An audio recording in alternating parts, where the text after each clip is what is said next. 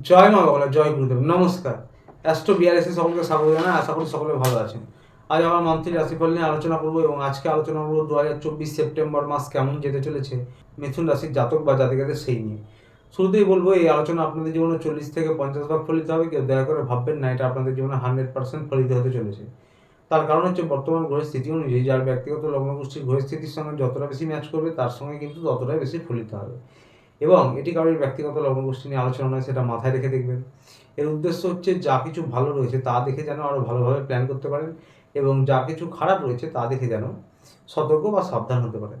তো আর বেশি দেরি না করে শুরু করবো আলোচনা। শুরুতেই বলবো যারা বিদ্যার্থী পরীক্ষার্থী রয়েছেন মিথুন রাশির জাতক জাতিকাদের মধ্যে, তাদের নিয়ে আপনাদের কিন্তু এই মাসটা শুরুর দিক থেকে একটু বেশি করে পড়াশোনায় ফোকাস করতে হবে, মনোযোগ দিতে হবে। তার কারণ হচ্ছে মোবাইলে গেম খেলা, ইন্টারনেট ঘাঁটা এবং আপনাদের মধ্যে একটু প্রেম ভালোবাসার প্রবণতা বাড়বে।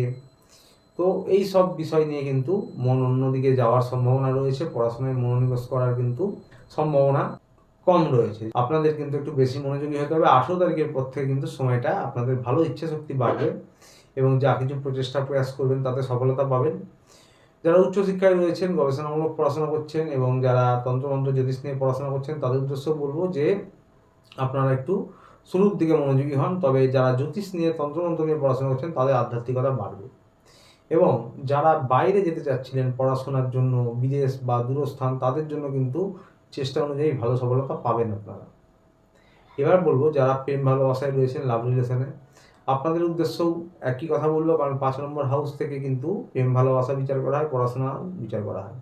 তো সুতরাং আপনাদের মধ্যে কিন্তু রোমান্টিকতা বাড়বে, আকর্ষণ বাড়বে। 18 তারিখের পর থেকে সময়টা বেশ ভালো।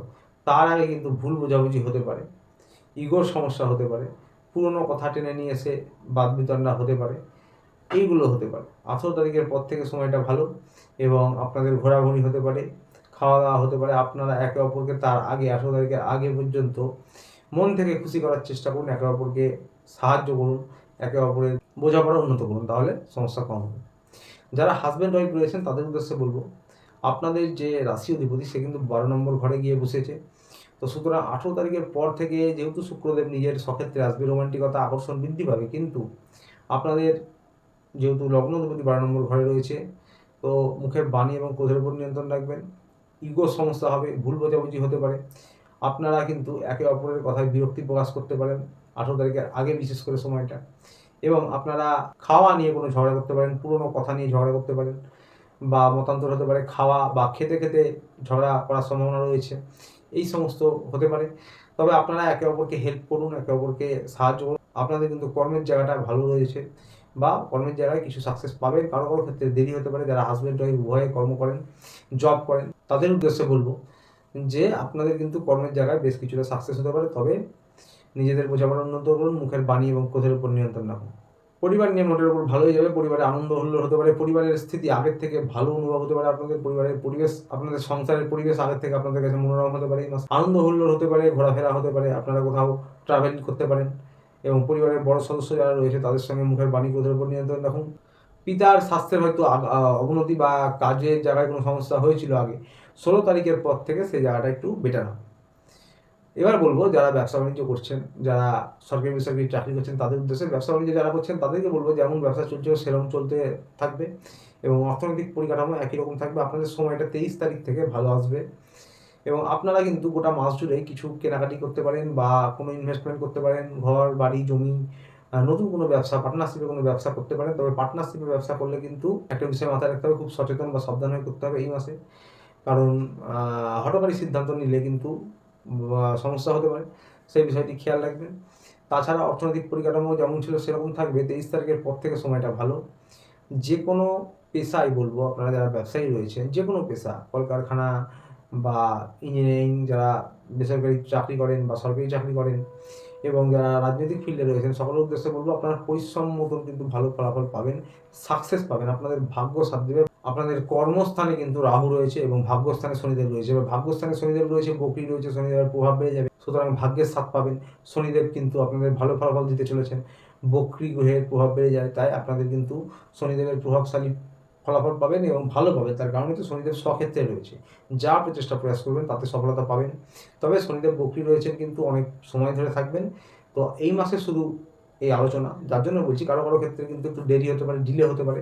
যারা সরকারি বেসরকারি চাকরি করেন, প্রমোশন পদোন্নতির ক্ষেত্রে, বা যারা ব্যবসায়ী করেন, যে কোনো ব্যবসা হতে পারে, যে কোনো ব্যবসা হতে পারে। যারা ব্যবসায়ী রয়েছেন তারা যে কোনো শুভ কিছু করতে পারেন, পার্টনারশিপে কিছু শুরু করতে পারেন এবং আপনারা কিন্তু নতুন কোনো ব্যবসা করতে পারেন, নতুন কোনো বড় ডিল করতে পারেন। সব কিছুর জন্য কিন্তু আপনারা ভাগ্যের সাথ পাবেন, কিন্তু বুঝে শুনে করতে হবে। কর্মের জায়গায় আবার রাহু রয়েছে, হঠকারী সিদ্ধান্ত নেওয়া করাবে।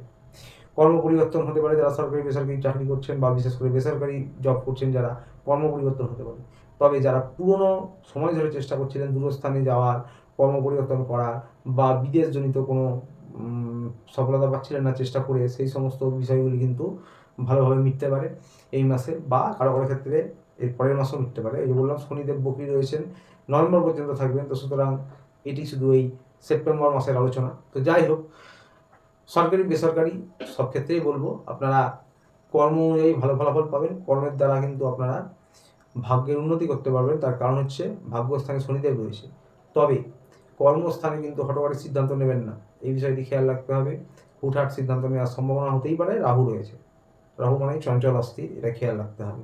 অর্থনৈতিক পরিকাঠামো মোটের উপর ভালোই থাকবে। হঠাৎ করে অর্থপ্রাপ্তি হতে পারে, হঠাৎ করে জায়গা পরিবর্তন হতে পারে, কর্ম পরিবর্তন হতে পারে। আপনাদের কাজে কিন্তু কর্মব্যস্ততা বেড়ে যাবে, আপনাদের অস্থিরতা বেড়ে যাবে। কর্মের জন্য আপনাদের অস্থিরতা বেড়ে যাবে, কর্মব্যস্ততা বেড়ে যাবে।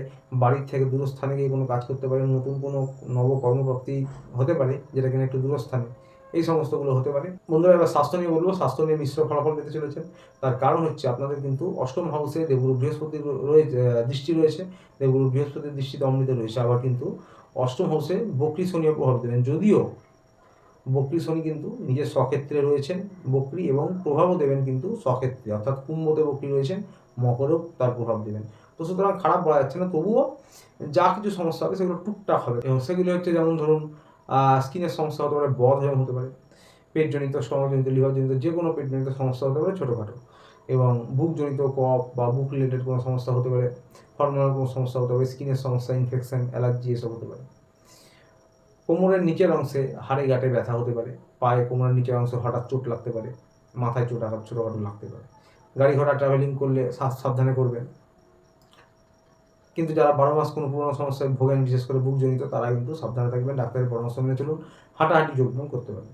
প্রতিকার নিয়ে বলবো, যারা আপনারা মিথুন রাশি জাতক বা জাতিকা রয়েছেন, প্রত্যেক মঙ্গলবার বজরংবলী মন্দিরে গিয়ে পুজো দেন, এবং বাড়িতে প্রত্যহ হনুমান চালিসা পাঠ করতে পারলে অত্যন্ত ভালো হয়। করুন অবশ্যই। বাড়ির ছাদে বা উঠোনে পাখি দেখে কিছু খাবার খান, অত্যন্ত ভালো প্রতিকার হবে। আসছে এই পর্যন্ত। ভিডিওটি ভালো লাগলে চ্যানেলটি লাইক সাবস্ক্রাইব করে পাশে থাকবেন। দেখা হচ্ছে আবার পরে ভিডিওতে। ভালো থাকবেন, সুস্থ থাকবেন। নমস্কার।